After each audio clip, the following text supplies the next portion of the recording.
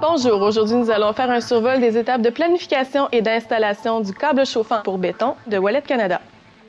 Le câble à béton Ouellet est robuste et spécialement conçu pour être installé sous une dalle de béton. Il est développé pour des applications intérieures, autant résidentielles que commerciales. Cette vidéo démontrera l'installation du câble à béton sous la dalle du sous-sol d'une maison unifamiliale. Ouellet offre deux types de câbles à béton, le OWCM en tapis et le OWCR en rouleau. Ce dernier étant la solution idéale pour les escaliers et les espaces restreints avec plusieurs obstacles à contourner. Le câble en tapis est fixé à un treillis de fibre de verre d'une largeur de 24 pouces et est espacé à intervalles réguliers de 6 pouces pour une densité de 11 watts par pied carré. Cette conception permet une installation simple et ultra rapide directement sur les panneaux rigides d'isolant thermique résistant à la compression.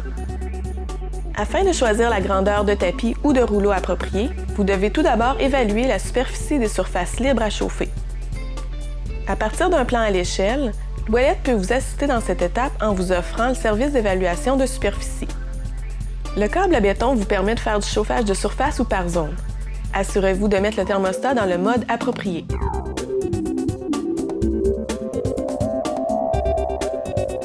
Il est important que la surface couverte par le produit choisi soit égale ou inférieure à la superficie libre à chauffer.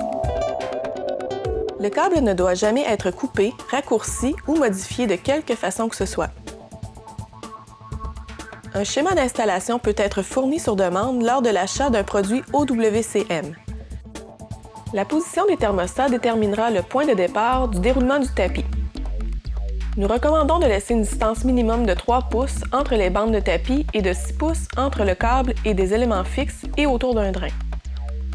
Prévoyez une zone tampon facilement accessible en fin de course pour placer l'excédent de câble en cas de besoin.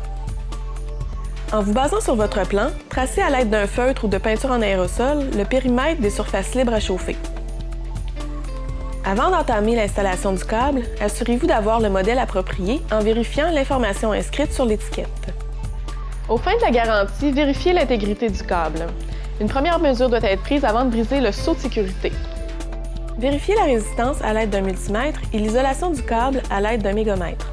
Inscrivez les valeurs sur la fiche de contrôle qui se trouve dans l'enveloppe de plastique.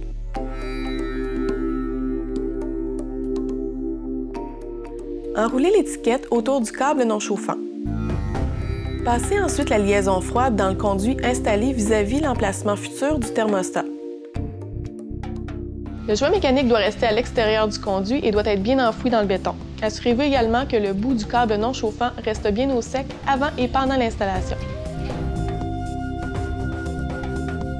Branchez l'indicateur de défaillance électrique inclus dans votre ensemble. Il vous assurera de l'intégrité de votre câble tout au long de l'installation. Cependant, nous exigeons que les mesures de vérification soient prises et enregistrées à chaque fin d'étape.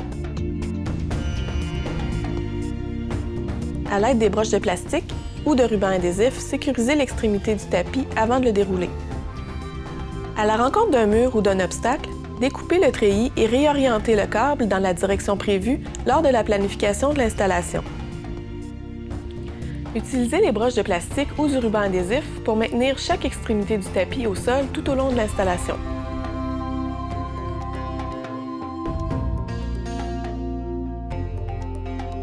Le câble à béton en tapis se prête aussi très bien aux installations sous dalle de béton armée.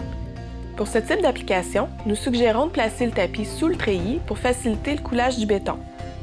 Le câble à béton en rouleau peut aussi être utilisé pour les applications dans le béton armé. Le câble devra être attaché solidement sur le treillis à l'aide des attaches de plastique fournies. Pour protéger complètement la sonde et son fil lors du coulage de la dalle, on suggère de l'insérer dans un conduit. La sonde doit se retrouver environ 24 pouces à l'intérieur de la zone chauffée. La sonde ne doit jamais croiser de câble, mais doit plutôt être placée parallèlement entre deux câbles.